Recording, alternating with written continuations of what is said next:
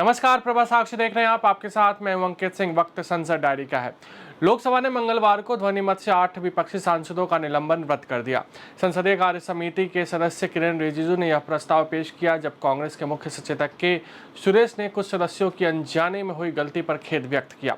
Samajwadi party के धर्मेंद्र यादव और राष्ट्रीय कांग्रेस पार्टी की सुप्रिया सुले ने भी इसका समर्थन किया।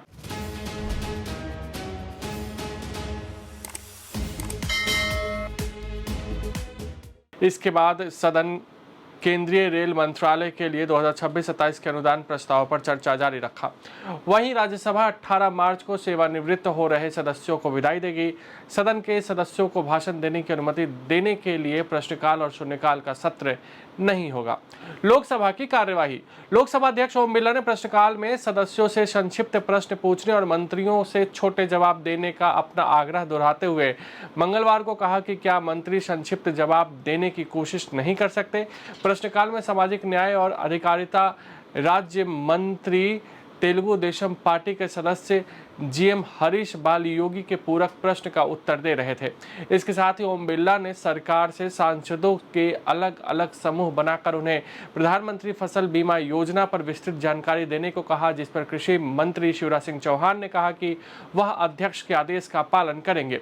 केंद्रीय कृषि मंत्री शिवराज सिंह चौहान ने मंगलवार को कहा कि सरकार देश में एकीकृत खेती के मॉडल पर काम कर रही है, जिससे छोटी जोत वाले किसानों को भी फायदा होगा। चौहान ने लोकसभा में प्रश्नकाल के दौरान कहा कि सरकार ने छोटी जोत वाले किसानों के लिए एकीकृत खेती के अनेक मॉडल पर काम करना शुरू कर दिया है और कई जगह उनका प्रदर्शन कर रहे हैं। तृणमूल कांग्रेस की सांसद शताब्दी रॉय ने मंगलवार को लोकसभा में दावा किया कि ट्रेनों में 70-80 साल के बुजुर्गों को ऊपर की बर्थ आवंटित की जाती है, जबकि नौजवानों को नीचे की सीट मिल जाती है। उन्होंने वर्ष 2026-27 के लिए रेल मंत्रालय के नियंत्रणाधीन अनुदान की मांगों पर चर्चा में भाग लेते हुए यह भी कहा कि सरकार का ध्यान बुजुर्गों पर नहीं, सिर्फ राजस्व बढ़ाने पर है। राजद सांसद अभय सिन्हा ने लोकसभा में रेल मंत्री अश्विनी वैष्णव से प्रत्येक मेल और एक्सप्रेस ट्रेन में कम से कम 5 सामान्य डिब्बे जोड़ने की मांग की, ताकि गरीब लोगों को यात्रा में सहूलियत मिल सके।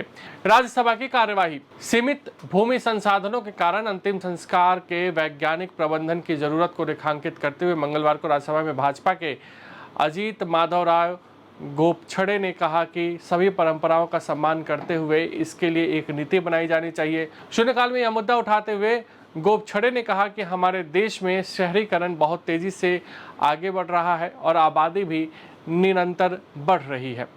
सरकार ने मंगलवार को राज्यसभा में कहा कि अगले 5 साल में देश भर में 10 अखिल भारतीय आयुर्विज्ञान संस्थान की स्थापना की जाएगी और इसके स्थानों के बारे में आवश्यकता और योग्यता के आधार पर फैसला किया जाएगा। आयुष मंत्री प्रताप राव जाधव ने उच्च सदन में प्रश्नकाल के दौरान पूरक सवालों के जवाब में यह जानकारी दी। ग्रामीण विकास मंत्री शिवराज सिंह चौहान ने मंगलवार को कहा कि पश्चिम बंगाल सहित कुछ राज्यों में महात्मा गांधी राष्ट्रीय रोजगार ग्रामीण गारंटी योजनाओं में अनियमितताओं की शिकायत मिलने के बाद हम इस योजना के पूरे स्वरूप में बदलाव का विचार किया और विकसित भारत जी राम जी योजना लेकर आए हैं। उन्होंने यह भी कहा कि इस योजना के तहत अब गाँवों में विकास की योजना दिल्ली से नहीं बल्कि राज्य में नहीं बल्कि ग्राम पंचायत में बनेगी। ग्रामीण मंत्रालय के कामकाज पर राज्यसभा में हुई चर्चा का जवाब देते हुए चौहान ने यह भी कहा कि इस योजना में केंद्र में मजदूरों को रोजगार देने का भाव है और यही वजह है कि उनके लिए 100 नहीं बल्कि 125 दिन का रोजगार सुनिश्चित किया गया है। अगर आप भी लेना चाहते हैं देश दुनिया की तमाम जानकारी तो आज ही सब्सक्राइब करें हमारे चैनल को। साथ ही नीचे दिए बेल आइकन को जरूर दबाएं ताकि हर अपडेट आप तक पहुंच सके।